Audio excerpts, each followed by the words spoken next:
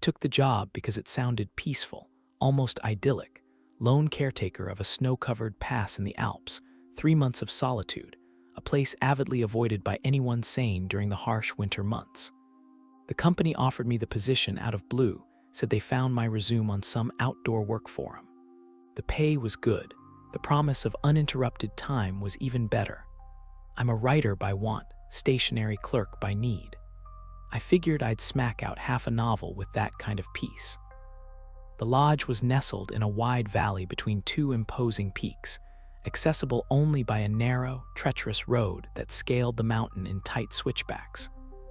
When they dropped me off, the last thing the company rep said was, "Stick to the rules, they're pinned on the fridge." Easy to remember.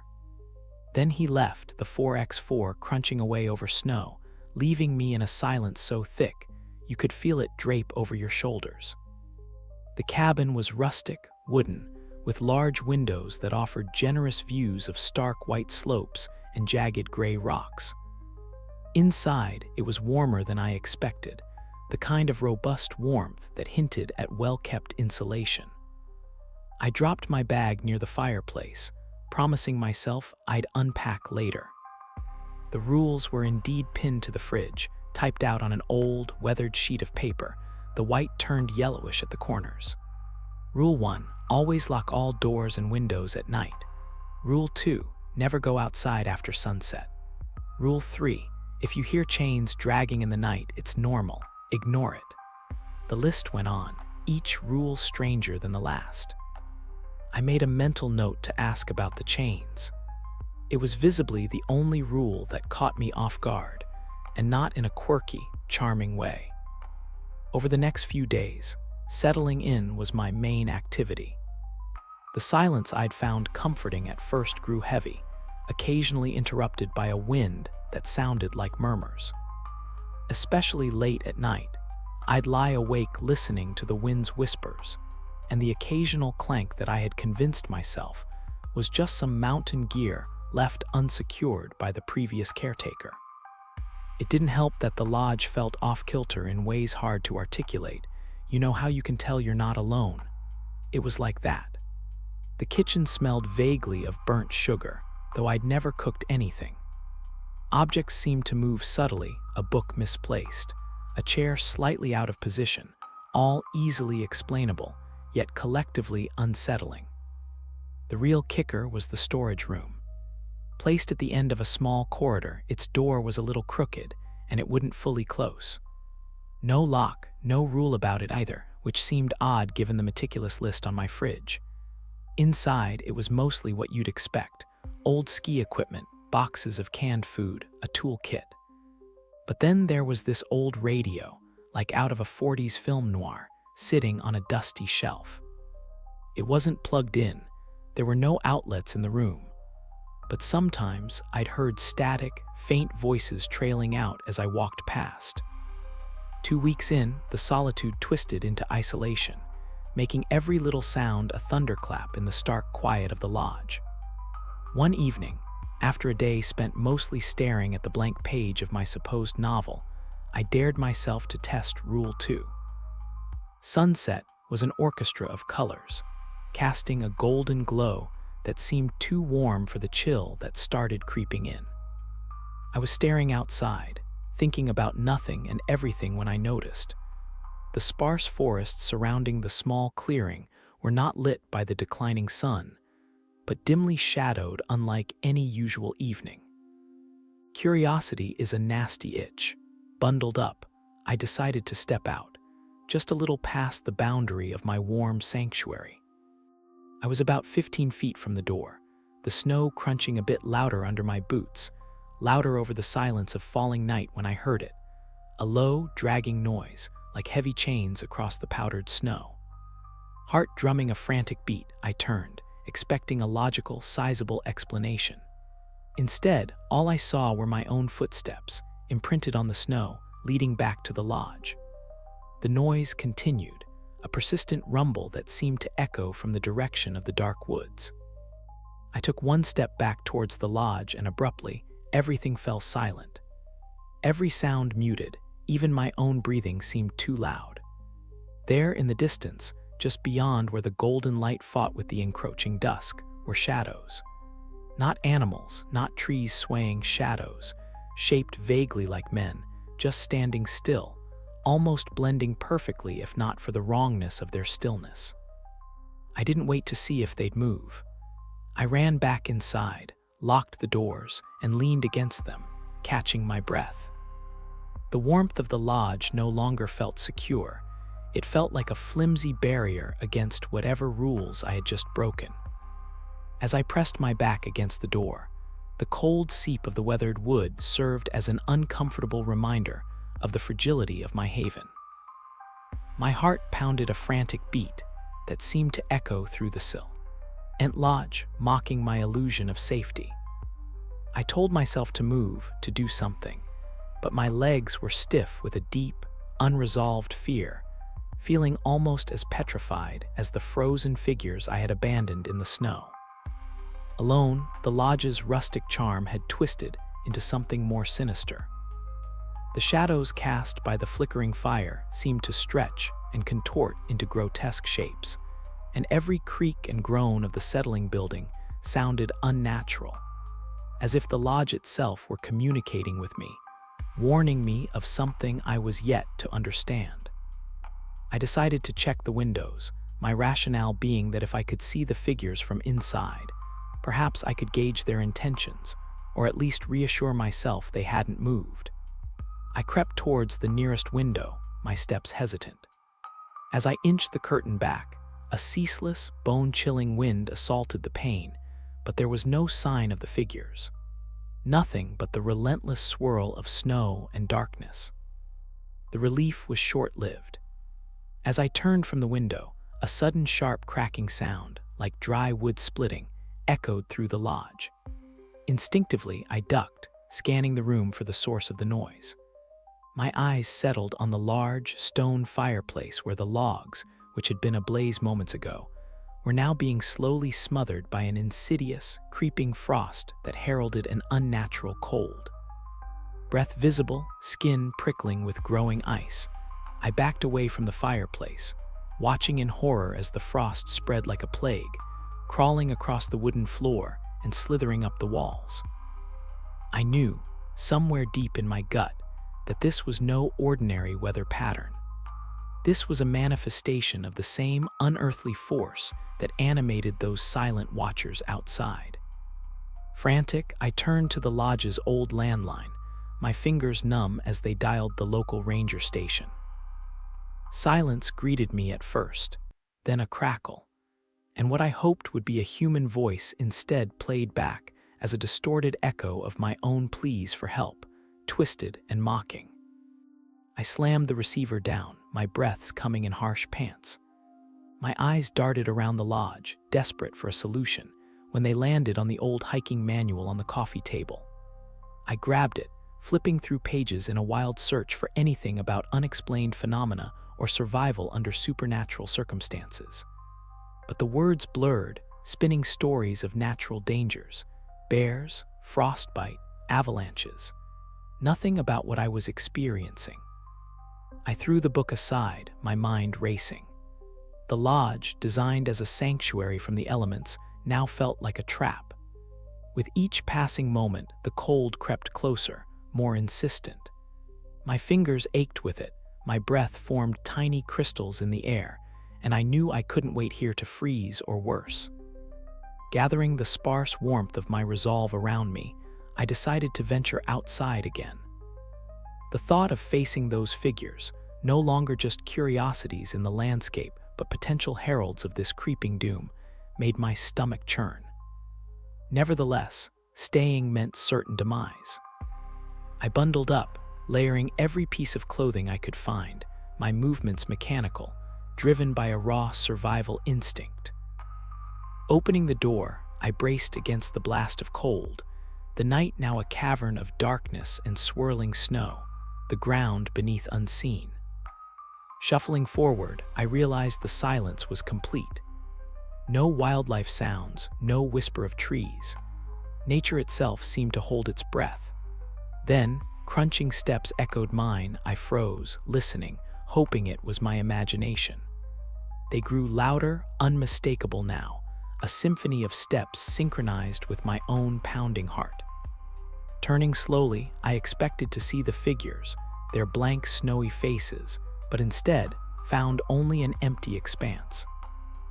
I continued, focusing on the sound of my own steps, the soft crush of snow beneath boots, telling myself it was natural, that I was alone. As I reached the edge of the clearing where I first saw them, I stopped, breath fogging in quick bursts. There ahead, visible just beyond the reach of my flashlight, were the figures again, stationary as before, as if waiting in some horrific vigil. Yet as I watched, one shifted slightly, or had my eyes tricked me? The subtle movement, real or imagined, sparked a raw, visceral terror. I wasn't supposed to be here, wasn't meant to see this. My mind screamed to run, to escape, but my feet moved forward instead, drawn inexplicably towards them.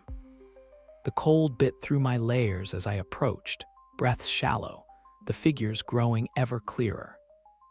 And then, just as I was close enough to reach out and touch the nearest figure, the snow around me shifted, as if something beneath was stirring. The ground cracked open like a grim smile, and my scream was lost in the roaring wind, swallowed by the vast, unforgiving wilderness. As the earth gaped beneath me, an icy chill clawed up from the exposed dark. Moving away from the yawning crack, my feet clumsily found their path across the hewn, then trembling ground. My heart beat wildly against my chest, as if trying to escape the looming dread that washed over me. The air thickened, and for a moment the swirling dust painted ancient, swirling patterns in the air, enchanting and menacing all at once. My breath caught, my lungs struggling against the dense, gritty air. With each step, the soil beneath my boots crunched ominously, as though it whispered secrets I wasn't meant to hear.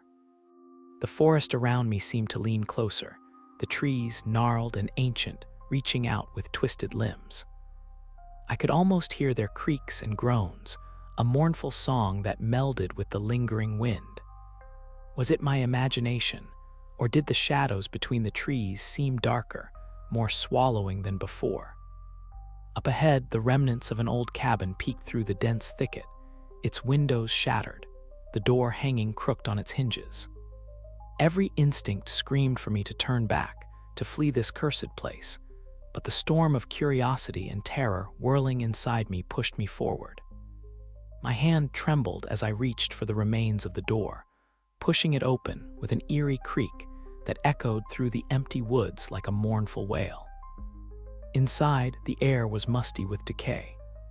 Scattered debris littered the floor, old newspapers yellowed with age, a shattered porcelain doll, its glassy eyes staring unseeingly up at the cobwebbed ceiling. The sight sent a shudder through me. There was something unsettlingly human in its lifeless gaze. I stepped deeper into the cabin, my heart pounding deafeningly loud in my ears. Suddenly, a soft thump from above jolted me out of my reverie. My eyes snapped upward, scanning the dark corners of the loft. I couldn't see anything, but the sense of being watched, of something lurking just out of sight, was palpable. My breath quickened, and a cold sweat broke out across my brow as I debated whether to investigate or flee. The decision was ripped from me when a low moan drifted down from the loft, slow and sorrowful. Every fiber of my being wanted to scream, to run, but my feet rooted to the spot, transfixed by the sound. It was almost human, but carried a sorrow so profound that it seemed to resonate in my bones. I forced myself to move, one shaky step after another, toward the rickety stairs that led to the loft. Each step creaked ominously under my weight, sounding alarmingly loud in the silent cabin. At the top of the stairs, I paused, my hand gripping the frail banister for dear life. The moan had ceased, replaced by a heavy silence that seemed to press against my ears. Peering into the loft, I could just make out the shape of something huddled in the far corner. It was too dark, too shadowed to discern details, but the size and shape suggested a person. My throat went dry, my whispers sliced through the oppressive silence. "Hello." No answer came, but a sudden movement in the shadows made my heart leap to my throat. As my eyes adjusted, the figure seemed to move subtly, unnaturally, as if it were struggling against invisible binds. The air grew colder, the atmosphere heavier, and a sudden realization chilled me more deeply than the surrounding air. I knew this place, had been here before in a dream, or was it a memory too horrifying to fully surface until now? Every instinct screamed to run, but my legs were lead, my breath shallow.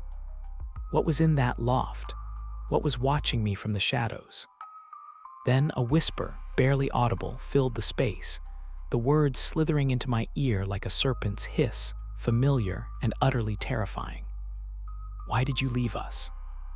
The voice, broken and accusing, hung heavy in the air.